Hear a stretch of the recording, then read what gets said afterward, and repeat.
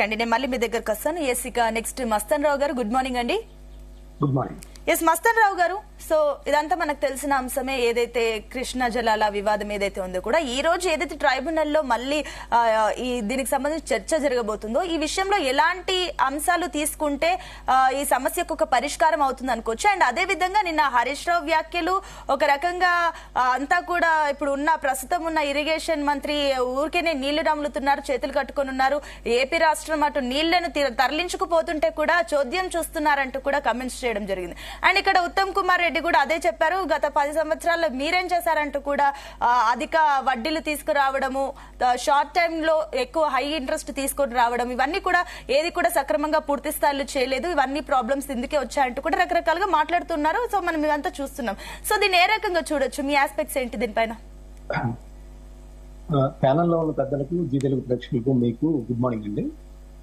ఇక్కడ కృష్ణా జలాల విషయానికి వస్తే ఆంధ్రప్రదేశ్, తెలంగాణ రాష్ట్రాలకు సంబంధించి గోదావరి జలాల్లో పెద్దగా వివాదం లేదు, కానీ కృష్ణా జలాల్లో కొంత వివాదం ఏర్పడిన పరిస్థితి. ఎందుకంటే ఇక్కడ ప్రాజెక్టులలో నీటి లభ్యత కానీ, కృష్ణా నదికి వస్తున్న వరదలు సంభవించినప్పుడు వస్తున్న నీటి ప్రవాహానికి సంబంధించి కానీ ఇట్లా అనేక వివాదాలు చుట్టుముట్టి ఉన్న పరిస్థితి. ఇంకోటి ఏంటంటే తెలంగాణలో ఇప్పుడు కూడా ఏం జరుగుతుందంటే, ఇప్పుడు ఉత్తమ్ కుమార్ రెడ్డి గారు కానీ, కాంగ్రెస్ పార్టీ కోమటిరెడ్డి వెంకటరెడ్డి గారు కానీ ఆరోపిస్తుంది ఏంటంటే అక్కడ ఏదన్నా రాజకీయాలకు సంబంధించి కొంత వేరే అంశాలు ముడిపడినప్పుడు ఇక్కడ ఆంధ్రప్రదేశ్కి సంబంధించిన అంశాలని రాజకీయంగా తేవటం అనేది పరిపాటిగా మారింది. ఇప్పుడు మనం చూసాం, హరీష్ రావు గారు చెప్పిన వెర్షన్ చూశారు, అదేవిధంగా కోమటిరెడ్డి వెంకటరెడ్డి గారు, ఉత్తమ్ కుమార్ రెడ్డి గారు చెప్పిన వెర్షన్ చూశారు. ఉత్తమ్ కుమార్ రెడ్డి గారు ఏమంటారు, ఆ టైంలో కేసీఆర్ గారు జగన్ గారికి ఉన్న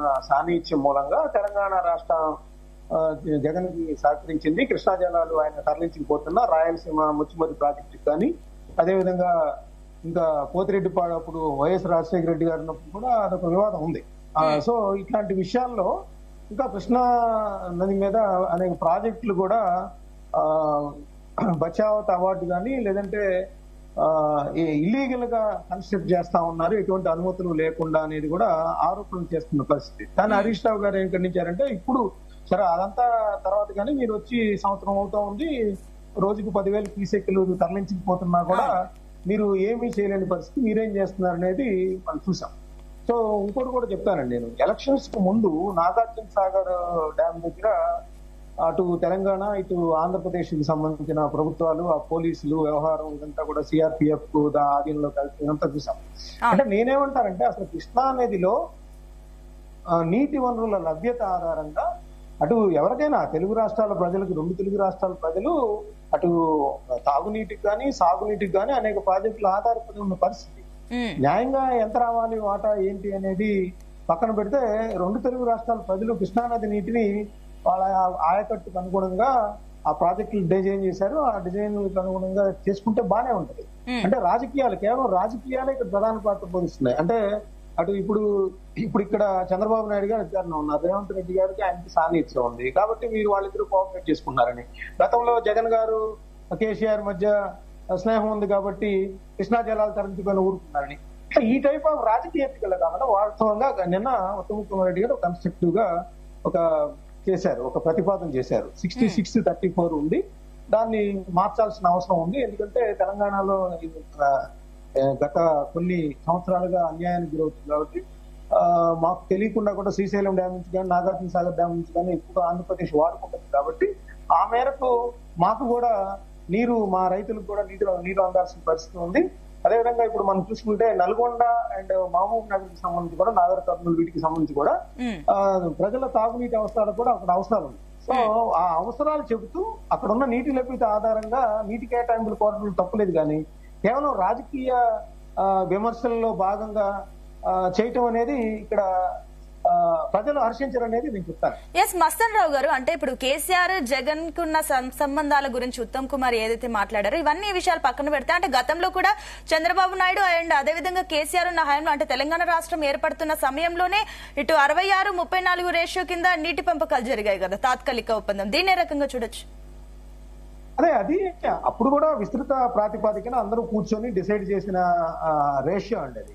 ఇప్పుడు అక్కడ తెలంగాణలో నీటి అవసరాలు ఇస్తే వాళ్ళు ఆ ప్రతిపాదన మార్చుకుంటున్నారు. గతంలో జరిగిన అన్యాయాన్ని సరిదిద్దేందుకు కూడా ఇప్పుడు మాకు ఎక్కువగా నీటి కేటాయింపు కావాలని కోరుతున్నారు.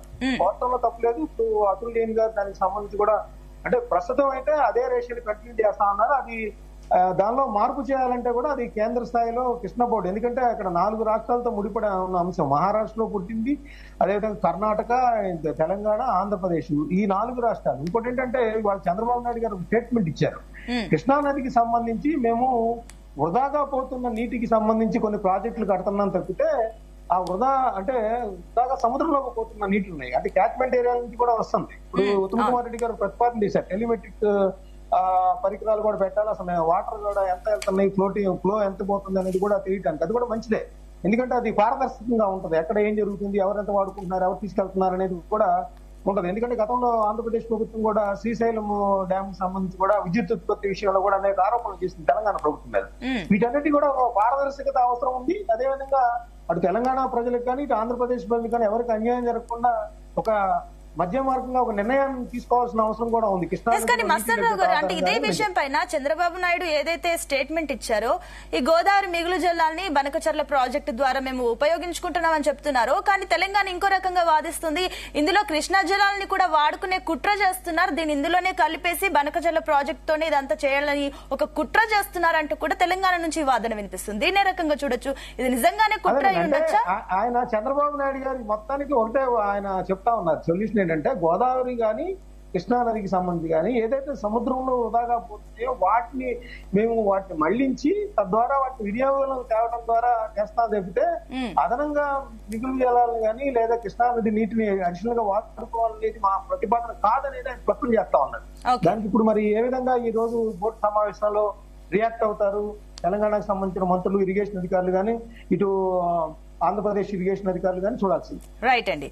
ఎస్, ఇక నెక్స్ట్ కపిలవాయి దిలీప్ గారితో మాట్లాడదాం. ఎస్ దిలీప్ గారు.